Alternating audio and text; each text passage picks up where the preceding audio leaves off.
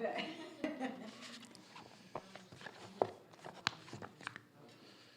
me check one thing here.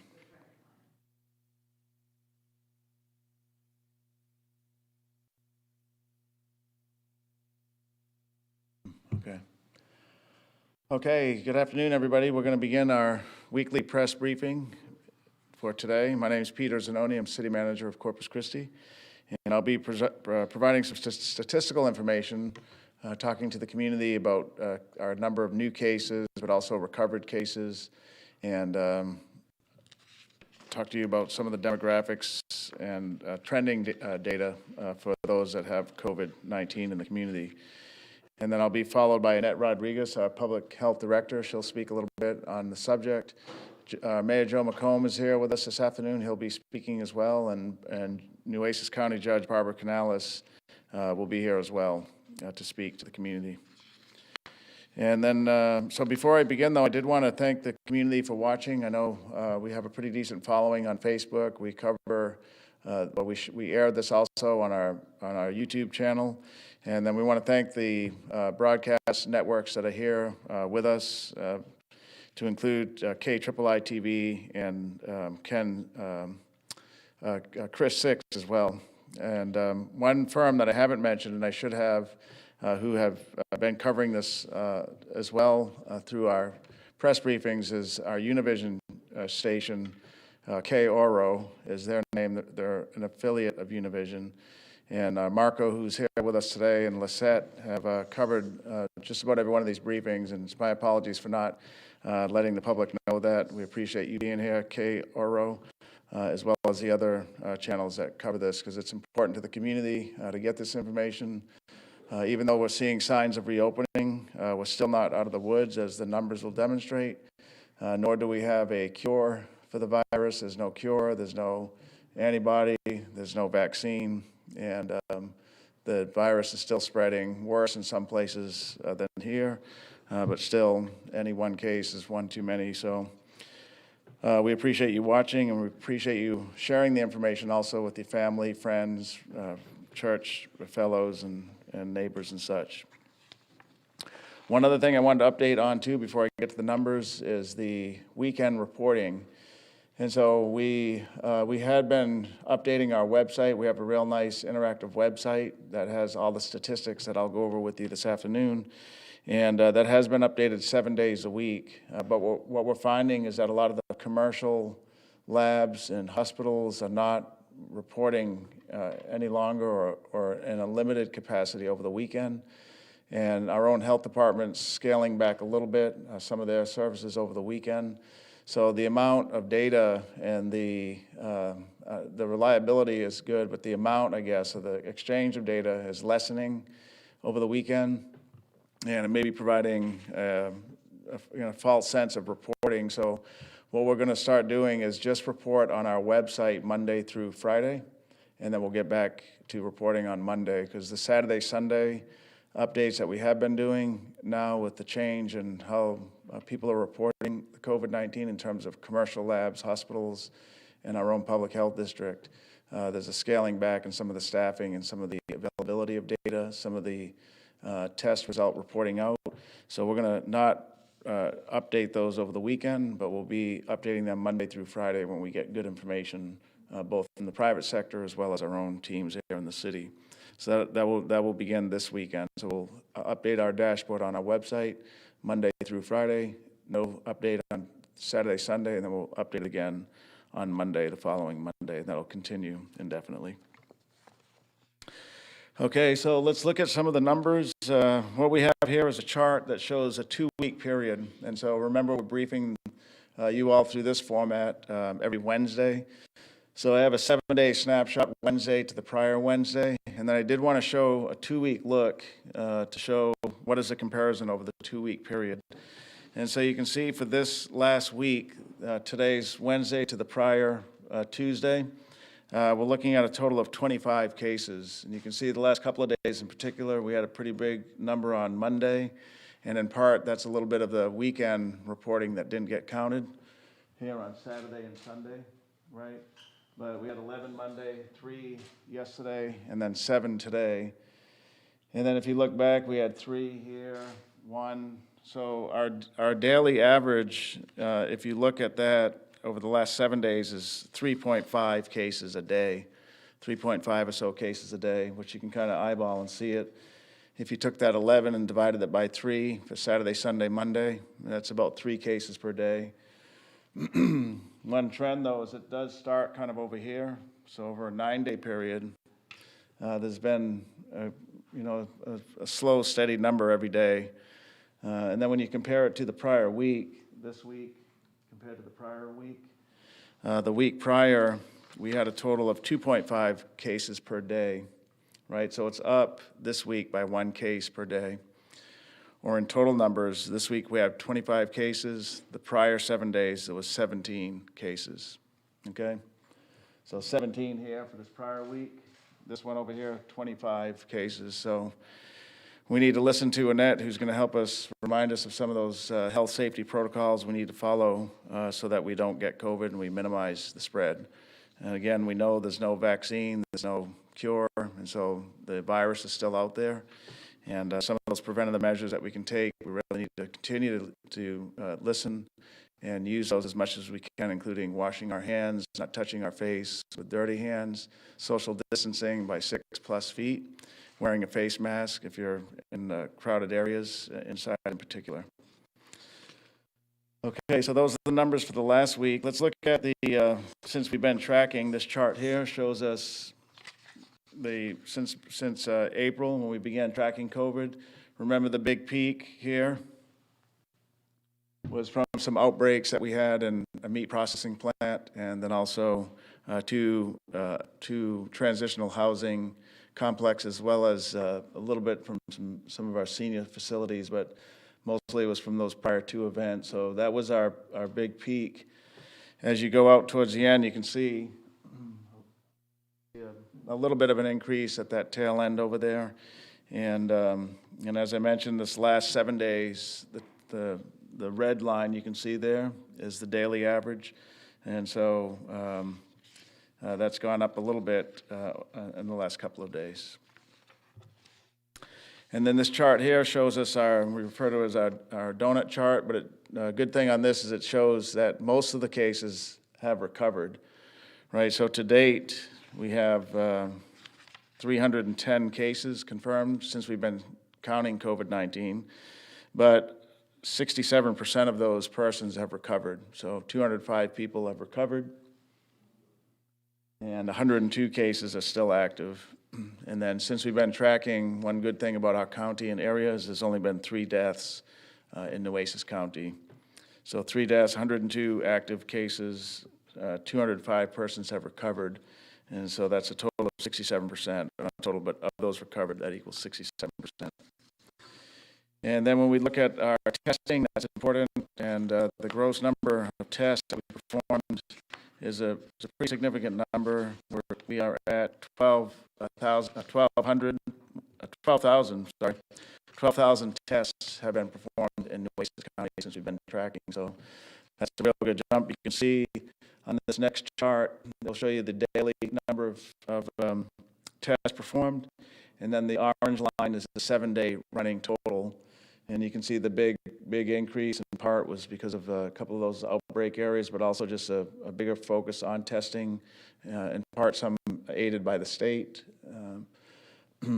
Our testing's dropping a little bit on this end, but if you look at the last 7 days, we've tested, the daily average is 117, and when you compare it to the prior week, the daily average, the 7-day daily average was 185.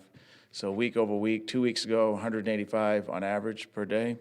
This last week, 117, and that is in part because of some of the reduction in some of those mass testings that we were doing at senior facilities and at meat processing plant and some of our transitional housing places. Okay, I believe that's it for the statistics for this update, and at this point, we're going to have some of that translated into Spanish for our Spanish viewing community. And then we're going to have Annette Rodriguez, our Public Health Director, come up and speak to us. Thank you. Uno de los cambios que vamos a tener es que no vamos a reportar casos durante el fin de semana, sino solamente durante lunes a viernes. Esto debido a que el personal durante el fin de semana es menor, especialmente en los laboratorios privados. Las cifras más recientes indican que en las últimas 24 horas se han reportado 7 casos confirmados por el coronavirus, haciendo un total de 310 casos. 17 casos se reportaron en total la semana pasada, 25 casos van en esta semana, por lo que es importante seguir las intervenciones no farmacéuticas. De los 310 casos, 181 son hombres, 129 son mujeres. La mayoría se encuentran en el rango de edades entre 20 y 39 años. A la fecha, se han llevado a cabo 12.062 pruebas por el virus entre el Distrito de Salud Pública, laboratorios privados y la Guardia Nacional. 205 de los 310 casos se han recuperado por completo. 5 personas continúan en el hospital, 3 están en la unidad de cuidados intensivos y 102 casos continúan aún activos. Good afternoon. Annette Rodriguez, Health Director. The Health District conducted a drive-through at Hilltop Community Center yesterday, and we also conducted a drive-through this morning in Flower Bluff. We had a total of 57 samples collected. The next drive-through is scheduled for next Tuesday, June the 16th, at the Old Memorial Hospital parking lot. If you have symptoms of COVID-19, you can call the Health District hotline at 826-7200 to get scheduled for an appointment. There are other options for testing in our community, and they are as follows. There is the CVS Pharmacy on South Alameda, and the phone number is 361-814-8305. There is also the Amistad Clinic, and the phone number is 361-884-2242, extension 107, 207, or extension 135. There's also the military testing teams. That phone number is 512-883-2400, or you can visit their website at texascovidtest.org. We still have COVID-19 critically ill hospitalized patients, as City Manager Zanoni mentioned, here in Nueces County. Currently, we have 5 hospitalized and 3 that are in the ICU. That is specifically for Nueces County jurisdiction. I say that because I hear some people say, well, there's more than 5 people hospitalized with COVID-19, and that may be true, but that's not in our jurisdiction. Health District over Nueces County jurisdiction. So there may be from other jurisdictions like San Patricio County or Jim Wells County, but 5 for Nueces County's jurisdiction. So we're asking, since we still have critically ill patients, we're asking that if you have recovered from COVID-19 to please consider donating plasma to the blood bank. We are short of B-positive blood, and we encourage you to consider donating your plasma. Remember, these are only individuals that have had COVID-19 that have recovered that can donate the plasma. 1 donation can provide antibody-rich plasma to 4 critically ill patients. Thank you to all those who have already previously donated, and thank you to those that are thinking about donating in the future. In partnership with the Communications Department with the City of Corpus Christi, Kim Womack, the director, and her staff, Dr. Ramachandruni, Nueces County Local Health Authority, an infectious disease specialist here in Corpus Christi, has released a COVID-19 informational video. The video, entitled Treatment Simplified, discusses different treatment options that he has used to treat patients with COVID-19 once they have been hospitalized. Dr. Ramachandruni explains that the idea is to give the patient a chance to build up his or her own antibodies to neutralize the virus. The presentation shares real-life patient statistics here in Nueces County that he has encountered. To watch Treatment Simplified and learn more about the latest treatment options for COVID-19, doctors, healthcare workers, and residents can view the video that will be linked to our website at www.cctexas.com/coronavirus. There's also the YouTube channel at CCTV Corpus Christi. The video is intended for informational purposes only. And it includes some very interesting cases, so I encourage you to go and look at the YouTube video. Healthcare providers are urged to use at their discretion and to share with other coworkers. As Texas moves towards increasing capacity in areas such as bars and restaurants and other facilities, we urge you to be mindful of your surroundings. Continue to adhere to social distancing. In congregate areas where masks are needed, ensure that you're wearing yours and properly covering your nose and mouth. If your nose is exposed, you can get sick. These are from the respiratory droplets that a positive COVID-19 person may have left behind for you. Children under the age of 2 should not wear a mask. Thank you for continuing to practice the public health prevention strategies to continue the fight against the spread of the virus in our community. Stay protected, social distance of at least 6 feet, wear your mask, wipe down frequently touched areas, stay healthy, wash your hands often, stay away from sick people, and if you're sick, do not go to work, and stay informed. Thank you. En resumen, ayer el Distrito de Salud llevó a cabo la toma de especímenes en el centro comunitario Hilltop. Esta mañana llevamos a cabo la toma de 56 muestras en el área de Flower Bluff. La próxima toma de muestras será el próximo martes 16 de junio en el antiguo Hospital Memorial. Si tiene síntomas por el virus, llame al número 361-826-7200 para que lo evalúen y programe una cita. Existen otras opciones como la farmacia CVS en la calle South Alameda o llamando al 814-8305. La Clínica Amistad al número 884-2242 o las pruebas militares llamando al 512-883-2400. Actualmente tenemos 5 pacientes hospitalizados, 3 están en la unidad de cuidados intensivos. De acuerdo a los tratamientos, los pacientes críticos están reaccionando mucho mejor con el plasma convaleciente, por lo que les pedimos a las personas que se han recuperado del coronavirus que consideren donar plasma al banco de sangre. Una donación puede dar ayuda a hasta 4 pacientes críticos. Gracias a todos aquellos que ya han donado sangre y a aquellos que lo harán en el futuro. El Departamento de Comunicación, junto con la Autoridad de Salud Local de Condado de Nueces, produjeron un video informativo del coronavirus. El video titulado Tratamiento Simplificado analiza las diferentes opciones del tratamiento que se han utilizado para tratar a pacientes con coronavirus una vez que están hospitalizados. El video está disponible en Internet en la dirección www.cctexas.com/coronavirus o en el canal de YouTube en CCTV Corpus Christi. Gracias por seguir practicando las estrategias de prevención de salud pública que ayudan a frenar la propagación del virus en nuestra comunidad. Manténgase protegido, saludable y, como siempre, manténgase informado. Good afternoon. For those of you that tune in each afternoon to get your report, we pulled a fast one on you. You thought you had it figured out. I'm not Judge Barbara Canales.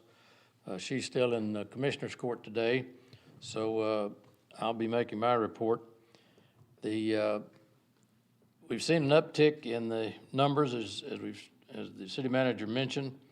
The governor, in addition to the explanation that the city manager gave in terms of the reporting process, the governor said that they're attributing a lot of these increases to the nursing home, the hot spots, what they call them, the nursing homes, jails, and meatpacking plants. And so even though we hate to see those numbers go up, I think the general population is still in good shape, but we want to continue to practice the good hygiene practices that we've done.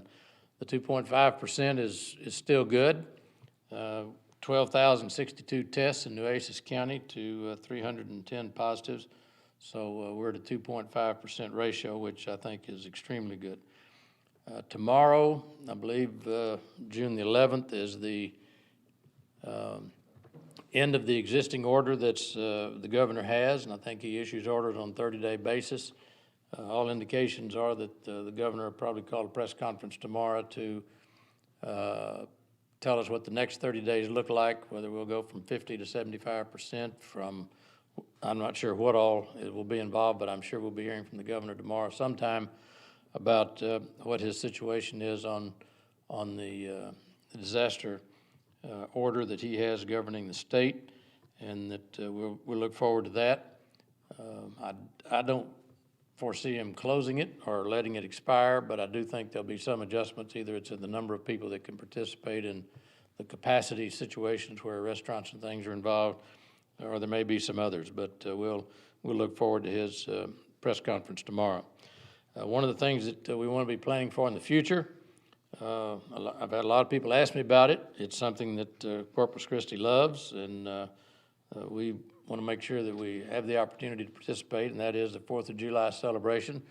While it won't be a full-blown 4th of July, the Mayor's Big Bang celebration because of the COVID and the restrictions, we will have a fireworks display. We'll be releasing more information the closer we get to it in terms of traffic patterns and where and where not to park and what streets will be available. But make your plans to somehow work your way down to the bayfront or a place where you can see the fireworks. But we'll be giving indication in terms of traffic patterns and restrictions that will be implemented after further consultation with the police department so that we can make sure the traffic flows and keep people safe. But because of COVID, obviously, the celebrations are having to be pared back, at least here, and I think probably in some communities they're being canceled altogether, which is unfortunate because the 4th of July is a great day for our country, and everybody wants to celebrate it, so we're looking forward to that. We'll take advantage of the fact that the judge isn't here, and I've given you my information. We'll ask Peter if he's got any answers to questions that you may have, and get you out of here a little early today. So, Mr. City Manager, if you want to come up, answer any questions that the press might want to fire at you. En resumen, hemos visto el aumento de casos positivos por el coronavirus en los últimos días. Nuestra área continúa reportando el 2.5% de casos positivos, que es un buen número comparado al resto del estado. El día de mañana el gobernador dará más información actualizada en cuanto a las órdenes y al reimpulso de la economía. Mucha gente me ha preguntado sobre la celebración del 4 de julio. Vamos a contar con fuegos artificiales. En cuanto tengamos los detalles, especialmente en cuanto al tráfico vehicular, se lo daremos a conocer. Okay, great. Thank you, Gabby. Okay, well, that concludes our prepared remarks and presentation, so we'll see if there's any questions from the media. For Annette. Annette, okay. Annette's here.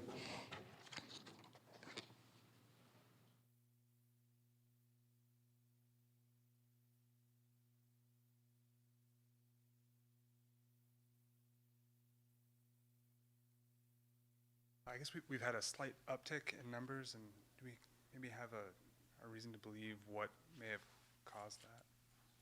You know, we've been looking at all those numbers as well, and some of it, you know, I think more people are out in the community. And so as you have more people out, you know, congregating close together and not everybody's wearing a mask, you have people that get sick from one another. And so some of that is causing those numbers to go up.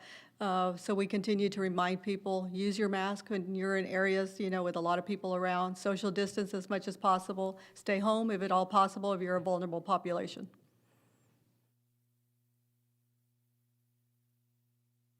Thank you.